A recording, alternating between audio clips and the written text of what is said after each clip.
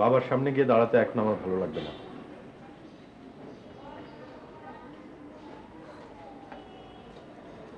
আজ কেন যেন নিজেকে ভীষণ অপরাধী মনে হচ্ছে। কেন? এই যে আমি আসার পর থেকে তোমাদের বাড়িতে একটার পর একটা অঘটন ঘটছে। তুমি কুসংস্কারে বিশ্বাস করো? না, তবে মনটা যখন দুর্বল হয় তখন কিন্তু ভীষণ বিশ্বাস করতে ইচ্ছে করে।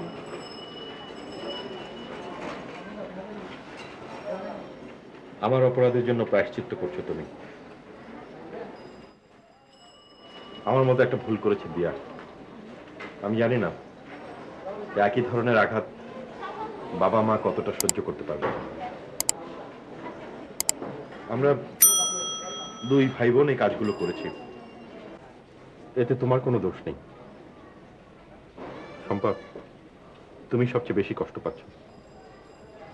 কাব্যকে তুমি আপন ভাইয়ের মতো দেখতে,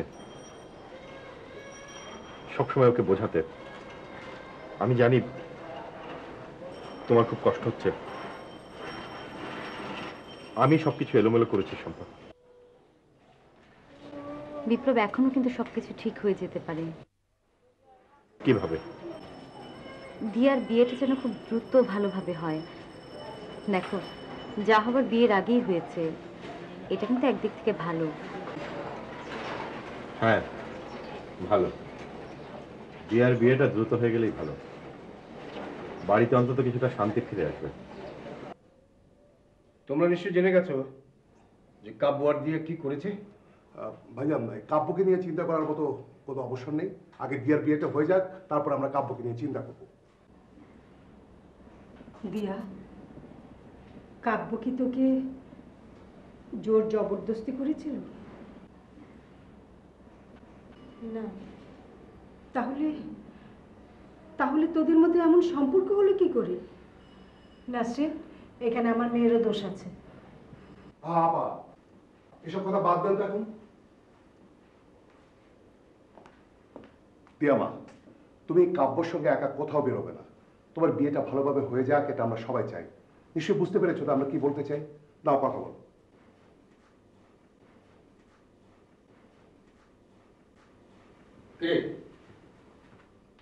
চুপ করে আছিস কেন? কথা বল।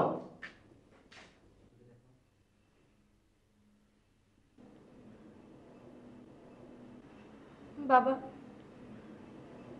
বাবা, আমি অনেক বড় ভুল করেছি। আমি তোমাদের সাথে অন্যায় করেছি।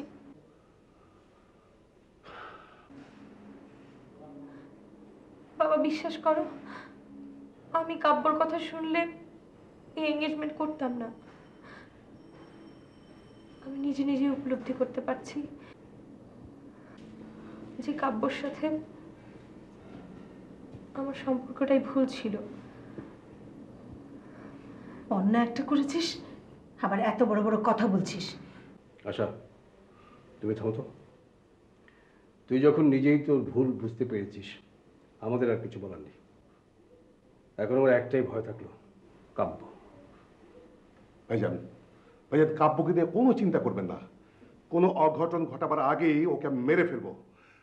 খুব তো বলেছিলে তোমার ছেলে ভালো হয়ে গেছে, ও কোনোদিনও ভালো হবে না। এমনি থেকে ওকে আমি ত্যায্য করতে চেয়েছি। তুমি এভাবে দেখছো কেন? ও তো চুরি ডাকাতি করেনি, ভালোবেসেছে। এটা কোনো অপরাধ হলো না। নাসরিন, এসব তুই কি বলছিস? কাব্য কোনো অন্যায় করেনি। কি করে পারলো এত বড় একটা ঘটনা ঘটাতে? আপা, একতরফা দেখছিস কেন? আমার ছেলে যদি দোষ করে থাকে, তাহলে তোর মেয়েও দোষ করেছে। তুই আমার মুখের উপর কথা বলছিস। আমার মেয়ে কি তোর ছেলের মতো সন্ত্রাসী নাকি? আপা, আমার ছেলে ভালো হয়ে গেছে, ওকে নিয়ে কোনো কথা বলবি না। দেখ, জামিন পেয়ে তোর বাড়িতে এসেছিল, আর তোরা ওর সাথে এমন ব্যবহার করলি। ছেলেটা না হয় তোর মেয়েকে ভালোই বেসেছিল, খুন তো আর করতে চায়নি। তুমি আমার বাড়ি এসে আমারই মেয়ের বদনাম করছো। আপনারা কাব্যকে কখনো ভালোবাসার চোখে দেখেননি। ওর বাবা ওকে ছোটবেলা থেকে শাসন করত, এর জন্য ওর কষ্টটা আমিই বুঝি। নাসরিন, কি আবল তাবল বকছো? মাথা খারাপ হয়ে গেল নাকি তোমার? আমি ঠিকই বলছি। কাব্য কাব্য কারো কাছ থেকে ভালোবাসা পায়নি, এর জন্য আজও সবচেয়ে অবহেলিত। কাব্য দিয়াকে ভালোবাসে, ওরা দুজন দুজনকে ভালোবাসে, এটা তো আনন্দের কথাও হতে পারত। অথচ আপনারা এটাকে খারাপভাবে না দেখলেও পারতেন। নাসরিন, তুমি সব জানো। খুব ছোট্ট একটা অজুহাতে তুমি চলে এসেছো। তুমি যদি আমাকে জিজ্ঞাসা করতে, আমি তোমার প্রশ্নগুলোর উত্তর দিতে পারতাম।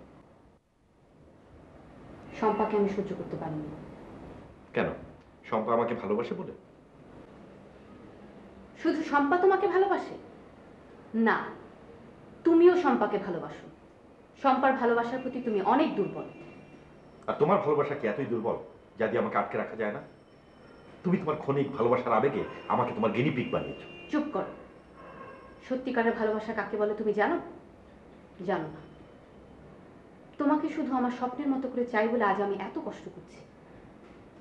শোনো বিপ্লব, তোমার আর আমার ভালোবাসার মাঝখানে যদি কেউ ভাগ বসাতে চায়, সেটা আমি সহ্য করব না। ভাগ? ছি করবি, তোমার চিন্তা এত নিচে নামলো কি করে? এসব কি বলছো? তুমি আমাকে চিন্তা করতে বাধ্য করিয়েছো। তোমার ফ্যামিলিতে যে সিচুয়েশনে তুমি আমাকে রেখেছিলে, যে পরিবেশে, আমি তো কনফিউজড হবই। এখানে আমার দোষ কোথায়? করবি, তুমি আমার বিবাহিতা স্ত্রী।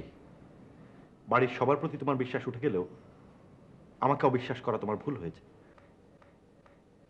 এত সামান্য কারণে তুমি আমাকে ছেড়ে চলে আসতে পারলে? সামনে তো পুরো জীবনটাই বাকি। মাত্র তো কদিন আমাদের বিয়ে হয়েছে, এখনই ক্ষণিকের যেতে তুমি আমাকে ছেড়ে চলে এলে। একবারও ভাবলে না তোমার জন্য আমাকে কতটা প্রশ্নের সম্মুখীন হতে হবে? বাড়ির লোকরা কি কি প্রশ্ন করবে আমাকে? লজ্জায় আমার মাথা নিচু হয়ে যাচ্ছিল। সবাই জিজ্ঞাসা করছিল, কেমন মেয়ে বিয়ে করলি বিপ্লব? বিয়ের পর 3 দিনও থাকলো না। বলো, কি আমি উত্তর দেব তাদের? কেমন আবেগ ছিল তোমার? বিশ্বাস করো বিপ্লব, আমি তোমাকে ভালোবাসি। তুমি আমাকে ভুল বুঝো না প্লিজ। আমি যা করেছি তোমার জন্যই করেছি। ওই বাড়িতে সম্পদ থাকাটা আমি মেনে নিতে পারিনি। তোমাকে একটা সত্যি কথা বলি, তুমি চলে আসার পরে আমি সত্যি কনফিউজড হয়ে গিয়েছিলাম। শম্পাকে আমি কষ্ট দিয়েছি, এই ধারণা প্রতিনিয়ত আমাকে কষ্ট দিচ্ছিল। শম্পা আমাকে ভালোবাসে সত্যি, কিন্তু তাই বলে এমন নয় যে তোমার সংসার ভেঙে দেবে। তুমি এমন কথা বলতে পারলে? তুমি সম্পার প্রতি অন্যায় করেছো। তাহলে আমাকে কেন বিয়ে করলে?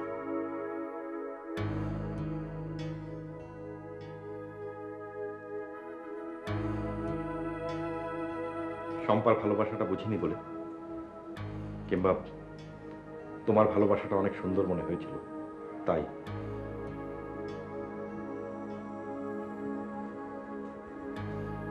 একটা কথা মনে রেখো করবি, ভালোবাসার মানুষ বা প্রিয়জন যখন অন্যায় আচরণ করে, তখন তাদের প্রতি মন থেকে ভালোবাসাটা উঠে যায়। প্রিয়জন তো কখনো আঘাত দিয়ে কথা বলে না। তোমাকে এমন কথা বলছি, ভেবো না তোমাকে আমার আর প্রয়োজন নেই। বরং আমি তোমাকে সুযোগ করে দিচ্ছি আমার ভালোবাসার ঘরে ফিরে আসার জন্য। আর একটা কথা, কদিন পরেই দিয়ার বিয়ে। তুমি থাকলে আমি খুশি হব। ভালো, খুব ভালো। শোনো, নীলা তো এখন দেশের বাইরে, কয়েকদিনের মধ্যে ফিরবে। ও এসে তোমাকে দেখে হয়তো বিরক্ত হতে পারে, খারাপ ব্যবহার করতে পারে। তুমি কিন্তু ব্যাপারটা মেনে নিও। আর আমি যদি ম্যানেজ করে নেই? আমার মাঝে মাঝে বিশ্বাস করতে ভয় হয় যে তুমি আমাকে ভালোবাসো। কেন মনে হয় তোমার?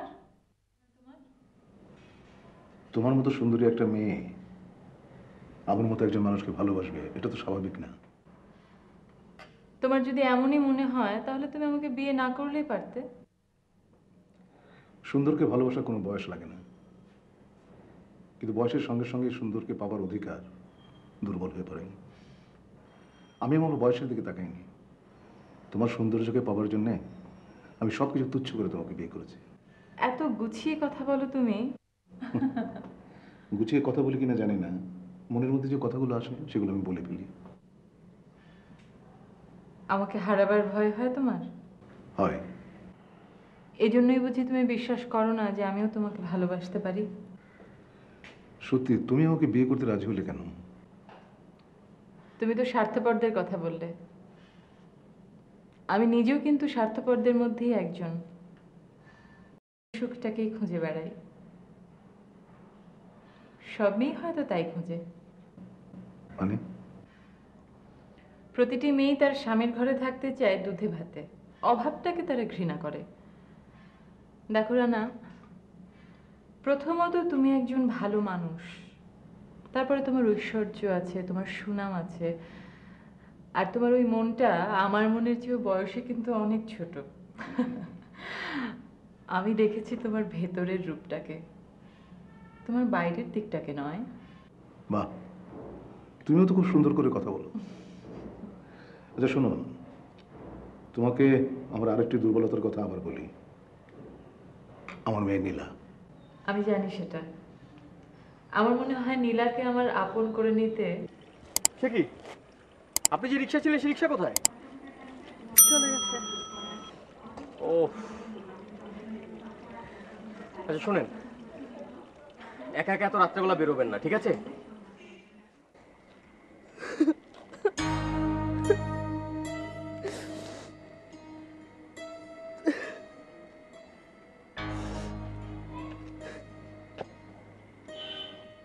এখন কি কেঁদে কোনো লাভ হবে? দোষ তো আপনার। এত রাত্রেবেলা আপনি একা একা বেরিয়েছেন, এত রাতে না বেরোলে তো আর চিন্তাটা হতো না। যান, বাড়ি যান। আমার আমার পার্স নিয়ে গেছে, আমার কাছে কিছু নেই, কোনো টাকাও নেই, কিভাবে যে বাড়ি যাব?